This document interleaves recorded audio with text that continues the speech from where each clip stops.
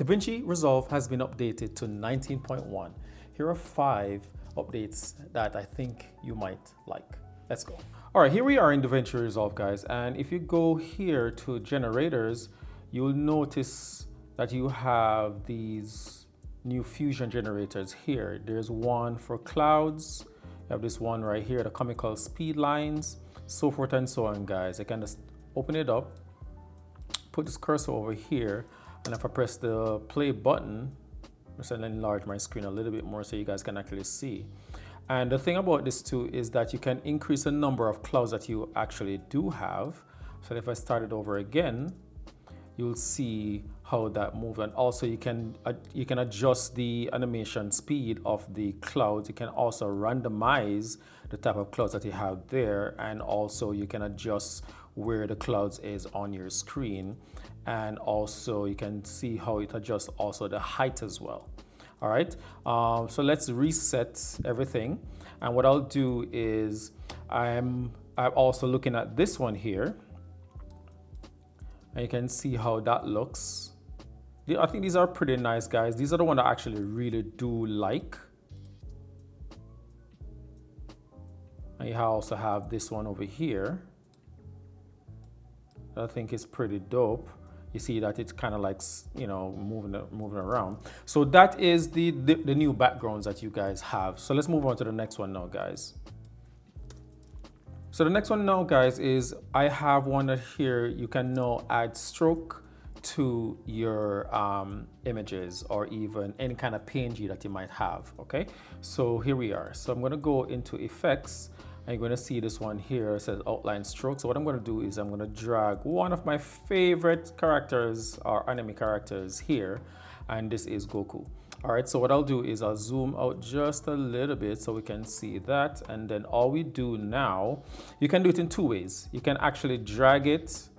Let's see, where is it? Outline. We can actually drag it onto the character itself, and you can see definitely what happens here. And if you come up here now, you can decrease or increase how the stroke actually looks there.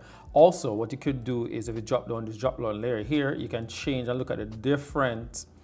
You have Gaussian blur, but the one I like more is like the circular. So what that does, it kind of rounds off the edges like you have it in the comic books. Or even if you're doing like a sticker, you can actually do that. But one interesting thing now, guys, that we can actually do, let me just kind of decrease the size here. If I should actually, to make it more interesting, that same background that we just played with a while ago, if you come back to here, guys, so what I'm gonna do, I wanna show you a quick little thing where we can actually do as a little bonus for you guys, is with the background that we actually showed you a while ago, what I'm gonna do is I can actually move this, which is the clouds, and we're gonna actually make him look like he's actually flying. So what I'm gonna do first is I'm gonna increase the number of clouds that we have, like so, to about there. And then what I'll do also is I'm going to change just the position a little bit so we can see that right about there. All right, and then the next thing what we want to do now is we're going to decrease his size. That way when the animation starts, you will actually see him coming in. So what I'm going to do is I'm going to extend the clouds just a little bit more out. I'm going to put the playhead here. Then I'm going to reduce his size to about there, because I want it to look like he's actually flying towards us. All right, I'm going to bring that all the way down so you don't see him, and I'm going to click on this. Now what I'll do is I'll bring this all the way to the end to about there. And then what I'll do is just increase his size to about here. And then now we're gonna take our playhead all the way to the beginning. So what I'm gonna do now, you can notice that there's a red bar at the top. So I'm gonna allow that to just render out. All right, so now that it's actually rendered out now, guys, I'm gonna do is click on the playhead, and you'll see him come in in just like that.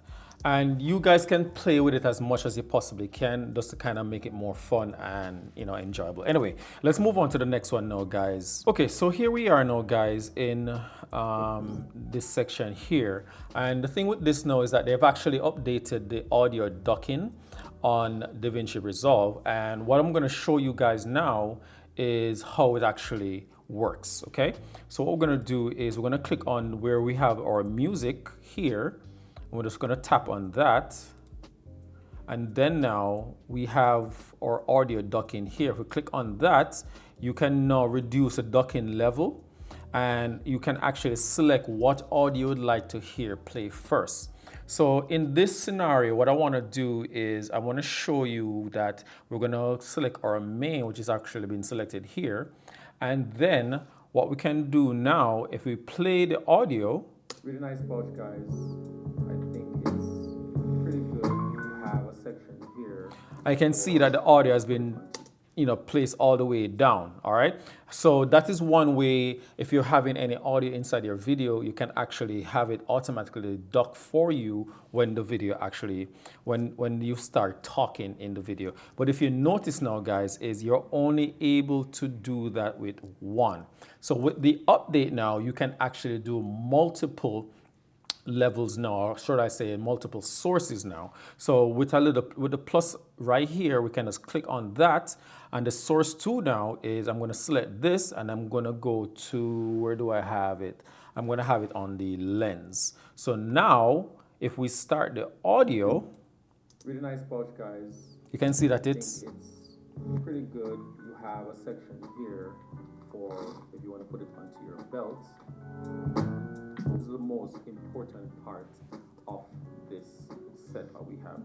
Yeah, so as you can see, guys, it actually did both layers at the same time, and I think that is pretty fantastic. And you can actually add multiple sources if you do have multiple layers of audio. Let's say you're doing like maybe an interview or something like that, you can definitely have that done. So I think that's a really good feature.